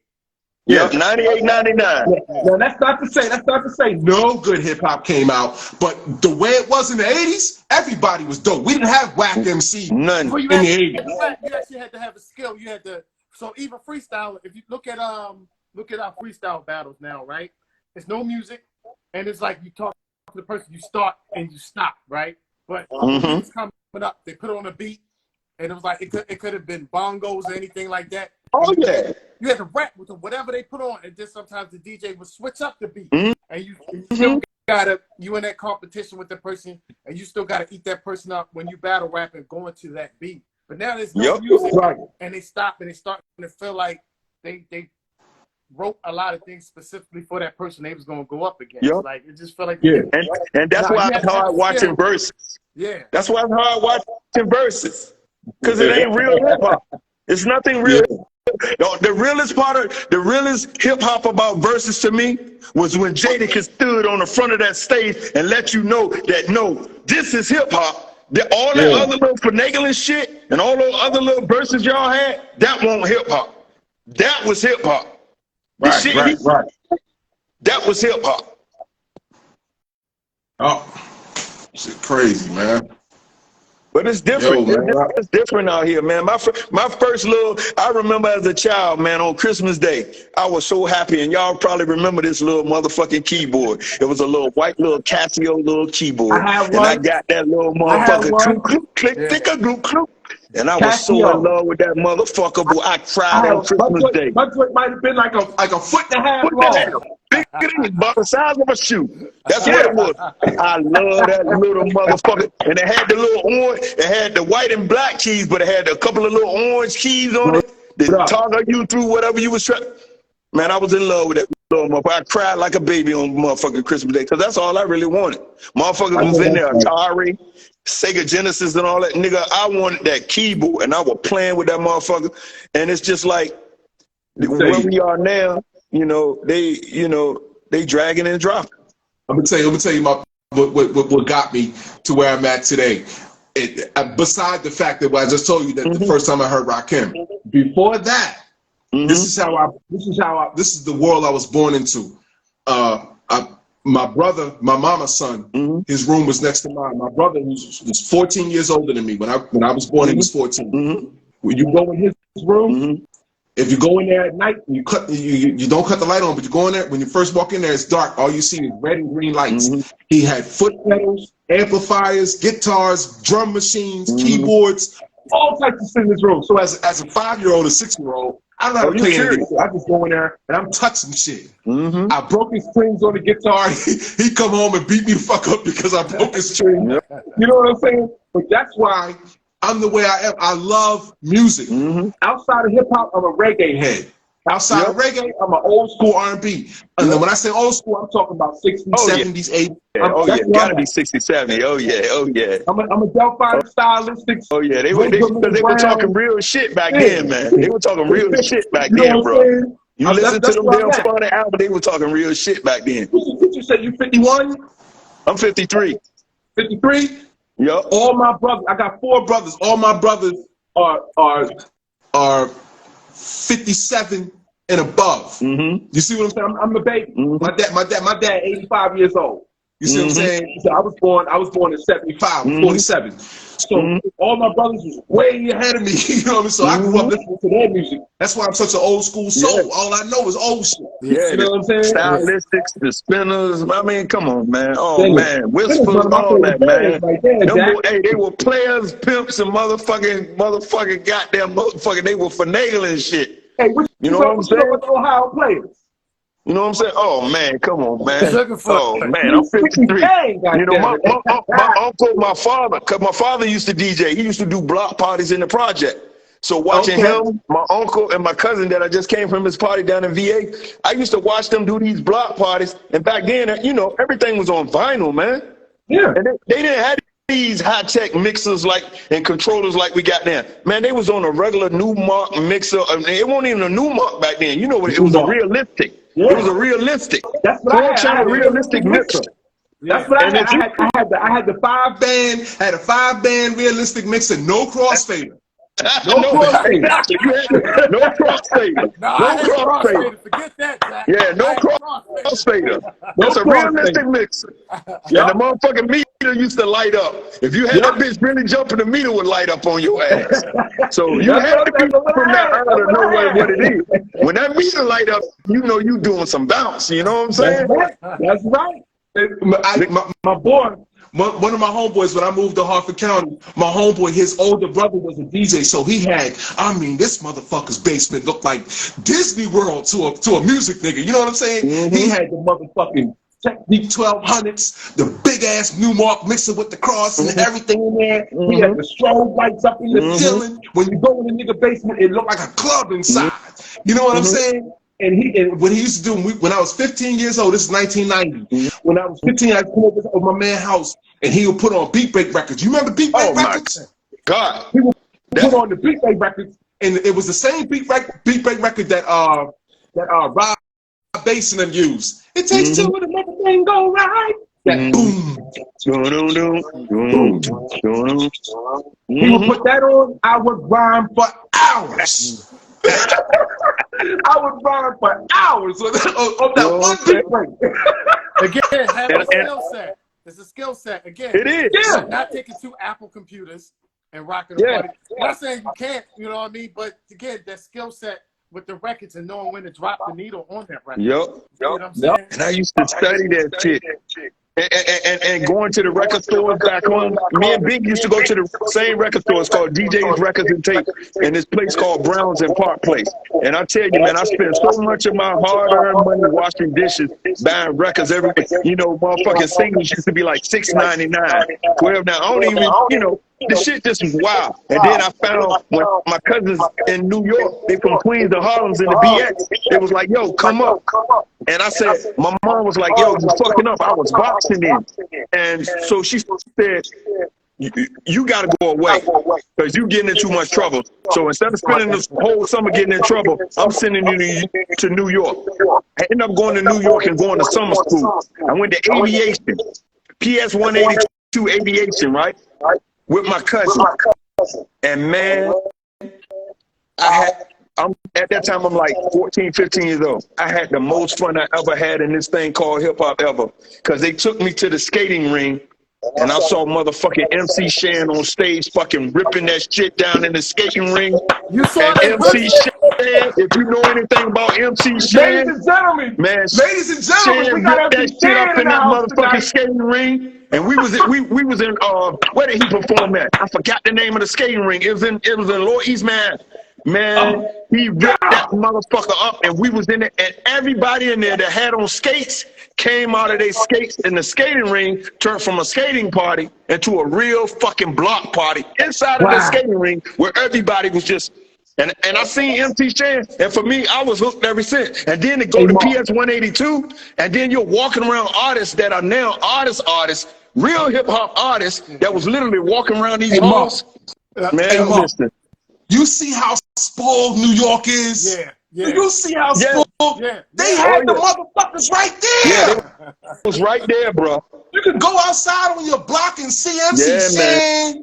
That's crazy. And got this don't get it twisted. Everybody got LL Cool J as the Kango King. No, that was MC Shan, homie. That was MC Shan. Yo, hold up. We can go back even further than MC Shan, for real. Hold up. Because first of all, VA, I've been saying that shit for years. That LL stole Shan's style. LL is Shan. He's Shan. It's all Queens love. It's all Queens love. Yeah, it is, but I'm telling you. See, my family from 131st, Lorton, Queens, Francis Lewis Boulevard. Okay. And that motherfucker, I'm telling you, MC Shan was the shit back then. He was. They worshipped him in Queens, man. Yeah. Man, they worshipped Shan, man. Look, They worshipped Shan. I was there. I saw it. Hey, yo, that nigga Shan was the truth. You remember the one the joint Shan had called Down by Law? Down by Law. Down by Law. Hey, man, listen, man. And just think about that, 40. Both of y'all think about this. MC Shan, MC Light, Roxanne Shante. Remember when the battle was going on between the real Roxanne and Shante? Oh, man. Like, that's the epitome of what hip-hop was. KRS-One beefing. You know when they was trying to beef with KRS-One? Don't come for me. You better not go. Roxanne Roxanne was a whole nother level. She was coming off the top. Yeah, Shante was coming off the top on niggas. Skill set. She could eat dudes up. She was eating them alive. And then you got top. And then her prodigy ended up being Money Love and motherfucking Latifah. Let that sit in, man. Money Love? Oh my gosh. Let that sit in. And what people don't understand, Money Love is from London, man. Yes. When she said, excuse me, let me take it from here, Queen, and just started going. I was just like, God. And for me to see, like I said, MC Shan was huge to me, man. If motherfuckers talk about it, when Iverson from my city talk about a halo around Michael Jordan, when I seen MC Shan, nigga, it was a halo around him for me. Because that nigga was standing on there with the Dookie chain on. That everybody trying to emulate now, and had the Kango, and had the Adidas jogging suit on, with the shit coming down the sleeves, and he was fresh to death, brother. Down by law. That's where we from. That's right. Shan, that's right. I remember. You ain't got to push it on me. I remember, nigga. Shan was dead. I'm gonna fuck both of my New York homies. I'm gonna fuck y'all up with this, and then. I'm in Jamaica, Queens, me and my cousin, I say, yo, before I leave and go back to VA, you know you always want to go back to the city you from, especially when you're not from NY, with the freshness of the New York shit. He said, let's go to Jamaica, Queens. Yeah. We go to Jamaica, Queens, and I heard this motherfucking goddamn, I think it was a Monte Carlo, all blacked out, sound bumping, rims on that motherfucker, and you know who it was? Who? And he was playing his song. Terminator X. Terminator X. Buck Wildin'. And man, I seen that nigga come out the little store that we was about to go in. He hopped in this shit. I mean, that's real 80s, 90s. That's real 80s, 90s shit, man. Not in the 80s. It gets no better than the 80s. Yeah, man. We had songs that as soon as that first drum drop, yeah, you know, you already know. Yeah. You know what I mean? When Don't Believe the Hype, remember when Don't Believe the Hype came out? Don't Believe the Hype is a sequel. As an equal, can I get this through to you? My 98 booming with a trunk of funk. All the jealous punks and that's what he was playing. That's what he was playing in this shit. He was, and that's when that shit was at the peak. He was playing that shit riding around it. Now I'm telling my cousin, I'm like, yo, Peter, that's who I think it is. That's who I be. And I'm like, yo, I'm trying to chase the car down. Chuck was the man. Chuck was the man. I'm trying to chase the car down on the boulevard. And he was like, yo, Smooch, you're going to see more than just him, man. Trust me. I bet you. And then I see Chuck D. Shan. I bet you Chuck D can drink for free anywhere in New York. Oh, yeah, I know Chuck can. I bet he can drink anywhere for free, man. And let me tell you, he had his own hangout spot, 40. Another hangout spot I used to hang out when I would go up and visit my cousins in New York, Green Acres Mall. And that's when I saw LL, and he was beefing with Kool Moe Dee. Yeah. And the whole parking lot. I was like, what's going on in the parking lot? My cousin was like, yo, we got to get over there. So we trying to run over there, but it was like a whole crowd of like, you know, we young boys. So it was like the older head dudes. And we're like, what the fuck going on? But you could hear that shit all over the WBLS, all over the radio station about a motherfucker LL and Kool Moe Dee beefing.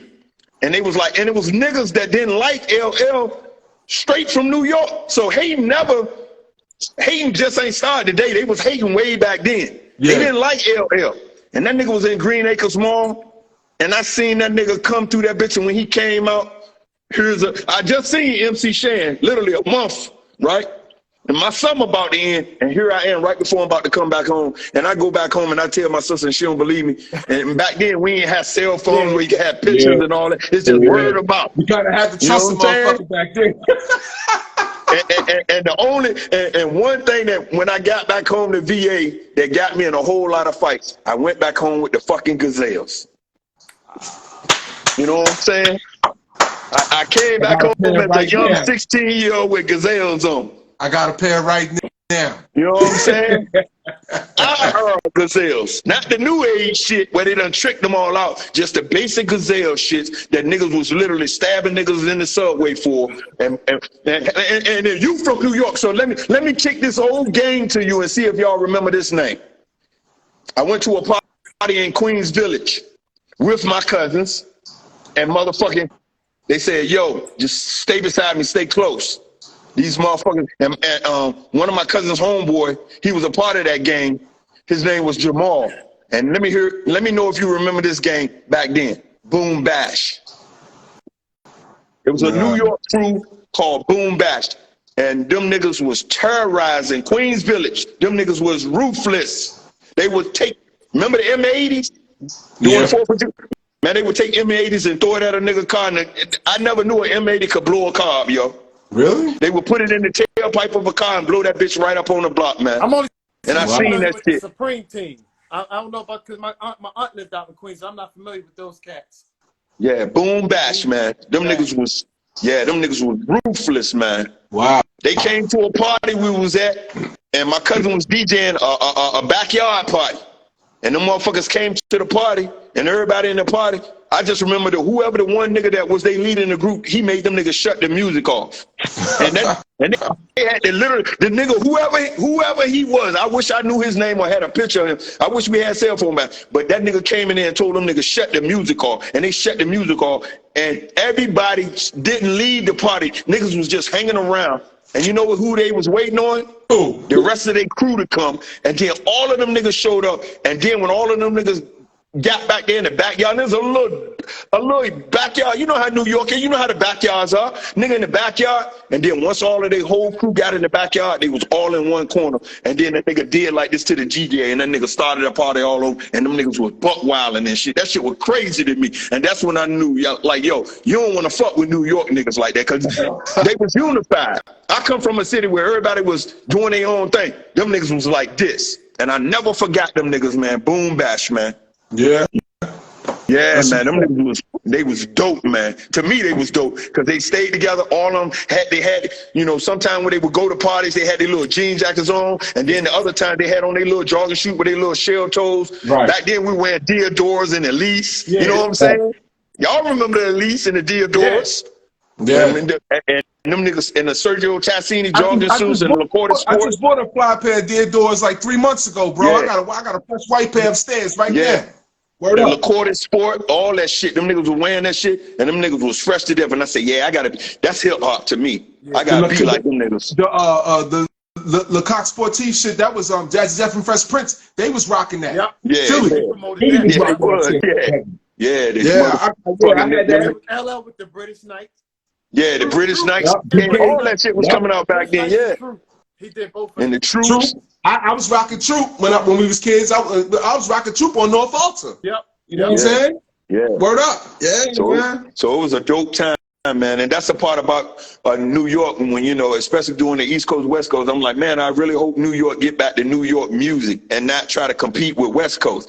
No coast had to compete against them because New York always had their own sound, their own flavor. And then what? We migrating to where? We got what? We got New York rap in where? Atlanta. What the fuck going on? What is this southern shit y'all doing, man?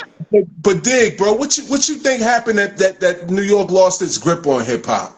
How do you think Georgia? I think when they started doing collaborations with the South, man. The South started emerging, and that was. I think when they started doing the South merging shit, man, that shit fucked up New York hip hop. I truly believe that, man. But niggas start changing their cadence, the way they flow, at least from how I grew up in this shit. I just feel like, what the fuck are they doing? And then, I mean, you got to let us all sit here and evaluate this shit right now.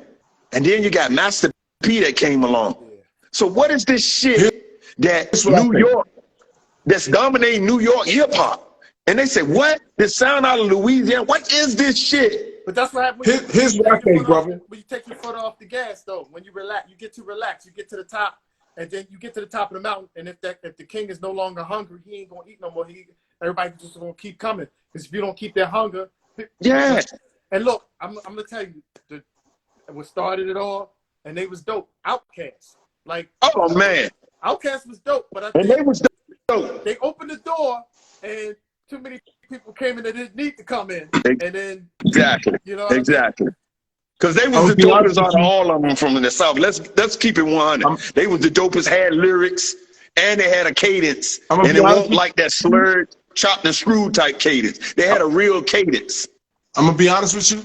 I wasn't much on the down south hip hop, right? Because I was just so East Coast. Yeah. I was so East Coast. Me neither. You know what I mean? So my thing was, I mean, but I take nothing from down south hip hop because they took over, because they work with each other. They all got songs together. They all collaborate, and they make the biggest music they can with each other. New York lost the grip because they can't work with each other. They hate on each other. It's it's me against you, and and because they was too concentrated on beefing with each other, they lost the grip on hip hop. The South got hip hop, and now hip hop's fucked up. And that's why I'm so mad at Fat Joe, because I said I'm 53, and I remember seeing Fat Joe at White Castles, because that was a hangout spot for all them niggas, right?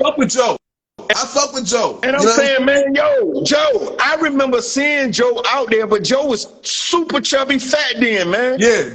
Joe was a big boy, and he wasn't the best rapper. He wasn't the best rapper back in the day. He just was super chubby fat. Dope niggas, you know what I'm saying? He was super chubby fat, but I see he had his little clique of dudes that were with him from the BX, and that's so when you go to City Island, you already know what it is over there. They had that shit on lock. But when you come to White Castle, you know what I'm saying? Yeah. It's like, yo, you're gonna see a multitude of the Nas's, the young Nas. You know what I'm saying? I had an ex-girlfriend back in the early 2000s. She was from Flatbush, and that's where all my well, not all, but as far as the hanging out part of New York, that's where it come from. We got together. She would take me back to Brooklyn, and we would spend the weekends in Ebbets Field, and what is that called? Crown Heights. And so she took me around. She took me to Flatbush. She took me around everywhere. You know what I mean? Everywhere I wanted to see where my favorite rappers grew up at. And we was in East New York. We in East New York. We in Coney Island. We in Long Island. We everywhere. You know what I mean? So a kid from Baltimore who's crazy about hip hop. When you take me, she took me everywhere that all my favorite rappers was. I just, you know what I mean? I'm just like, I love New York. Yeah, you know what I mean? But it pisses me off that because they couldn't work together. Now we got them. When we cut the radio on, the only thing you're gonna hear is shit that was made below the Mason-Dixon. Yeah. And I'm like, come on, man. How come we can't get no East Coast hip hop? Because it ain't crazy. Isn't it crazy? It's fucking crazy, ain't it, man? Yeah. You can't even really consider it. You can't really consider 50 Cent East Coast because his music is made in LA. Yeah. He's not even making East Coast music no more. 50 Cent's music is not made in New York. It's made in LA. Yeah, he's strictly LA. Yeah. He's New York as he can be, but his music is LA. Strictly Drake. He's strictly out of Compton. He's strictly out of Compton. And motherfucking you remember this shit right here? And I remember I used to and then when I got older, and especially when I got to college, I used to go to Jones Beach, man. That's where I met Busta Rhymes at like Busta Rhymes was like 18 years old. And I say, yo, because I was a huge Leaders of a New School fan. Yeah. When him, Brown, and them was together, I was like, yo, them niggas on to something. Yeah. They different. Group Home. I'm gonna name the group. Group Home. Motherfucking Big L. Motherfucking Busta Rhymes. They was on to something. And then when he departed from them, but just seeing him out there at Jones Beach, just walking around freely. You know, Jones Beach is like Black College Week, man. Guess who got in New York? Got in the dome piece, Jerome's niece, on her way home from Jones Beach. You know what I'm saying? Because if you were going to Jones Beach, Black College Weekend in New York, Jones Beach, you could drive down the whole fucking highway and niggas just pulled over having block parties on the highway, smoking and drinking, trunks open, and you ain't even on the beach, but you know, coming up to the beach, oh, it's thick out there. It's lit out that bitch. And then every artist out there, before they even got to where they are. I'm going to tell you my favorite New York moment, my favorite New York moment that I had, man, when my ex took me to Flatbush. She took me to Erasmus High where Special Ed shot that video. I Got It Made. She took me to the school. You know, he was out front of the school, Erasmus High. And I was just like, oh, wow. You know what I mean? Like, if you think about when Special Ed, and this is 89, when Special Ed had I Got It Made. Think about the bars that he was using. You know what I'm saying? Like, he was way, he was not for Nas. He was saying shit that was just not supposed to be said that way. And he's still a spitter to this day. Special Ed was ill in 89, man. His delivery is no different than the words back then, no different than Big Daddy Kane, man. He said, I'm outspoken. My language is broken into a slang, but it's just the dialect that I select when I hang. Who says that? Nobody that we know. He said that in 89. That's something Nas would say in 95. Exactly. He said that in 89. Exactly. You know what I'm saying? And then fast forward and put Big L on there. When you're talking to a real lyricist, when you know that you fucking with a real lyricist, when you say shit like that, now dig that bar to say. Now let's speed up the Rakim when he said, I learned to relax in my room and escape from New York, then return to the room of the world as a thought. What? Thinking how hard it was to be like 4 times to understand what the hell he was saying. So was English. Hey, listen, hey, 40, and so was English teachers. You know what I'm saying? And that's when you know they on a different level, and that's why they still able to be relevant in this thing called hip hop. Because that is the bar, man. They are the bar, man. This other shit ain't the bar, man. I promise you, man. It's not the bar. Now, as far as today goes, I like J. Cole. I think J. Cole is about to say that's my nigga there. Yeah, he's bars. I love me some J. Cole. He grew up listening to people that we was classmates with. Yeah, J. Cole is right there. I put J. Cole in a category because that's where his conscience spitting knowledge is at, man. He on that level, man. I got a good one for you. It's crazy. I got a good one for you. Off the top, who's better? J. Cole or Common? Oh. God. Off the top. Not written. Off the top. Not records. Just. You mean what? Like I mean, if you saw them niggas right now and you was like, yo, give me a 16. Off the top. Man. They neck and neck to me. But you know who I'm gonna have to go with? I'm gonna have to go with Common. I ain't mad. I ain't mad. I'm gonna tell you why I'm gonna go with Common. I'm gonna tell you why I'm gonna go with Common. Because of his, he started out when he first started rapping. He was a conscious rapper. He won't just a rapper or what we consider now a rapper, a hip hop rapper. He was, think about the first joint he made. Those first songs he made, they were conscious records. That's why when I listen to J. Cole, that's what I heard. If you listen to J. Cole's first record, he was just like that, and then he started to get some of that. I got to work with these artists down here in the South and this, that, and the other. But J. Cole is just as conscious as come. Man, they like this. Boy, you just hit me with one that's got me like, God damn, I'm going to have to go pull up 3-4 songs a piece and listen to them thoroughly now because they neck and neck, man. Right. I seen Common do it like from artistic perspectives. Like I seen him on the street in New Orleans, reached out to a band. I seen him do it. He did it for orchestra. Like I seen him do it in so many different aspects. J. Cole, I only seen him doing it on one platform. I can't speak on J. Cole. You know what I mean? Yeah. But that shit is yo. What's up, man? Hey, yo, this is my man Retro Quill right here. What's up, Retro? Check this out. Check this out, yo. I swear to y'all. You know what I'm saying? This young nigga right here, this motherfucker is yo. Hey, Mark, you know how I am about bars. Yeah. You know where I'm from. You know how we get down. VA. You are after all this discussion we talking about bars and rhyming and all that. I'm telling you, this young nigga right here, straight fire. Hey, yo, he's fire. He's fire. Follow him, check him out. I'm telling you, he's fire. Definitely. Retro Quill. Yo, I got it. What's up, baby? Appreciate you. What's going on with y'all fellas, man? Y'all having a good discussion here. Word up. Man. Who's your GOAT? Who's your GOAT conscious rapper, my man? Well, like I was just saying in the comments, man, I can really only speak for Common as far as like seeing him in the physical. I went to this NERD and Common concert probably about over 10, 12 years ago. That nigga, he was calling out shit on the crowd, in the crowd, on the floor. Bitches threw some panties. He was talking about that nigga. This nigga on the fly. He just a beast, bro. Like some of the greatest off the top shit I've ever seen, and just knowing it was off the top made it so much better, bro. So much better. Most highly respected nigga from when I've been out there in Chicago. That's all they talk about is Common, man.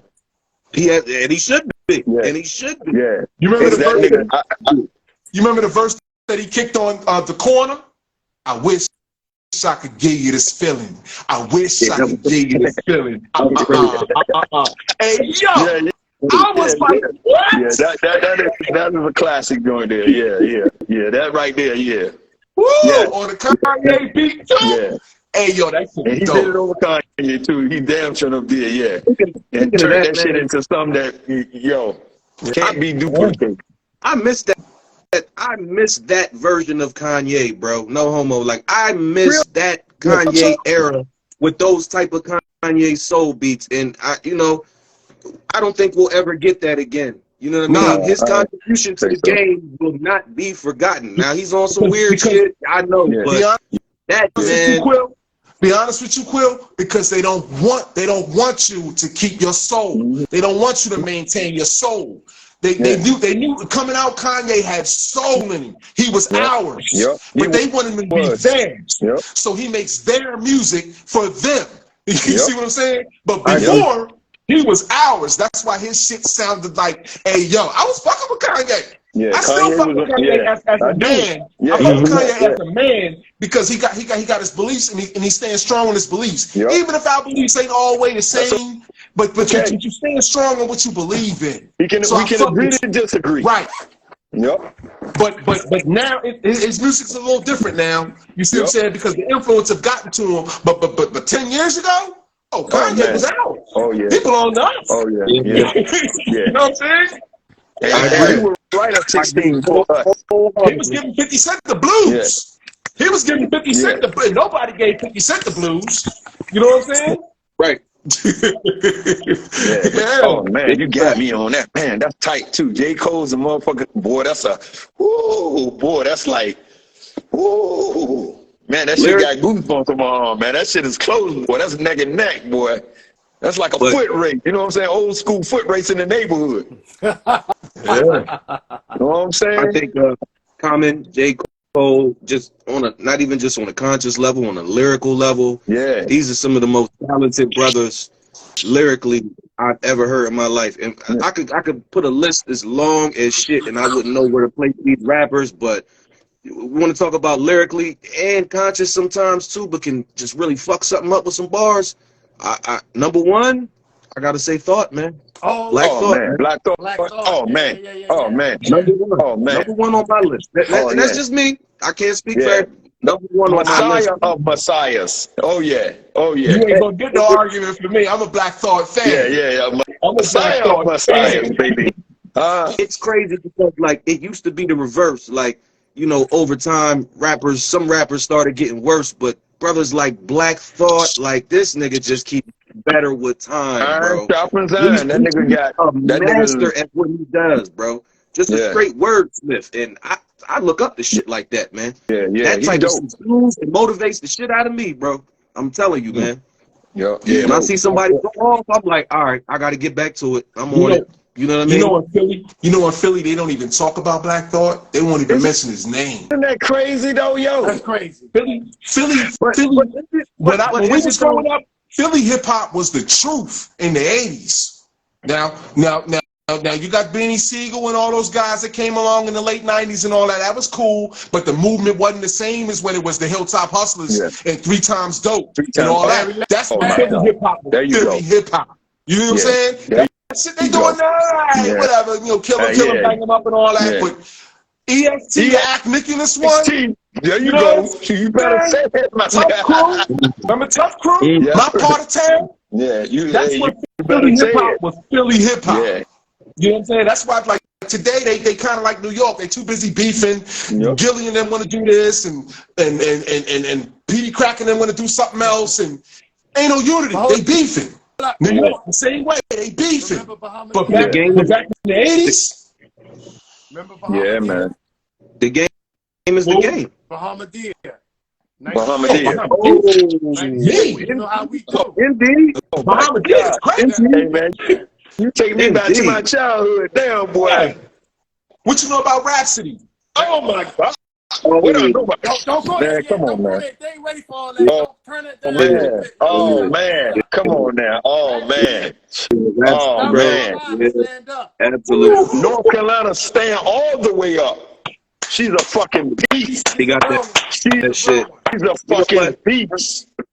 I'm liking a lot of these newer creative artists because they're not afraid to be themselves. Nope. And they're not afraid to put their words together, man. And some people don't, want to flock to that, and that's cool. But I like to give people a play, man. Tierra Whack, Doechii, like, you know what I mean? Like, just the dopeness, bro. And you'll hear one shit, and you'll be like, okay, that's what she sounds like. But then you'll hear another shit and be like, damn, she done like, this is some top 10 shit. Yeah. And so, hip hop is still very much alive, bro. It's a lot of bullshit and oversaturated stuff out here right now, but it's good to see hip hop thriving in 2023, man. Yeah. Yep. And for us who really love it, we just got to dig through the crates. That's all. It's just like old school. In the group, the Beast BoomBap Cognac group, it's a female. I got this female to join the group, man. Alicia Owens, the Nemesis. She called herself Alicia the Nemesis Owens. She's in the group. I'm about to check it out.